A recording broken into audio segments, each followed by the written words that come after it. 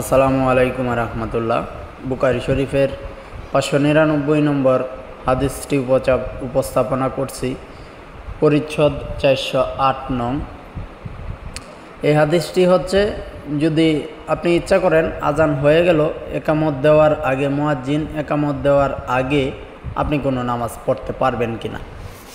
তো এইখানে মহানবী সাল্লাল্লাহু আলাইহি ওয়াসাল্লাম বলেছেন, প্রত্যেক আজান ও ইকামতের মধ্যবর্তী সময়ে সালাত নামাজ আদায় করা যায়। প্রত্যেক আজান ও ইকামতের মধ্যবর্তী সময়ে সালাত অথবা নামাজ আদায় করা যায়। তৃতীয়বার কথা বলার পর নবীজি সাল্লাল্লাহু আলাইহি ওয়াসাল্লাম বলেছেন, যদি সেই ব্যক্তি ইচ্ছা করে। অর্থাৎ আজান হয়ে গেল, আমরা ইমামের পিছনে ফরজ নামাজ আদায় করব, এরকম অপেক্ষারত অবস্থায় আপনি ইচ্ছা করলে আজানের পরে ওযু করে সাথে সাথে আপনি ইচ্ছা করলে সালাত আদায় করতে পারবেন।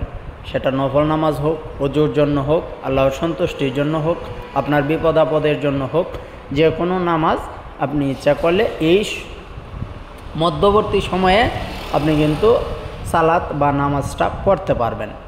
অর্থাৎ ওযু করার পর আজান হয়ে গেছে, আপনার যদি ওযু থাকে তাহলে মুয়াজ্জিন যতক্ষণ পর্যন্ত কাতারে দাঁড়িয়ে ইকামত না দিবে সেই পর্যন্ত আপনারা ইচ্ছা করলে আপনারা নামাজ আদায় করতে পারবেন, এবং সেটা আপনার মনে যদি চায়।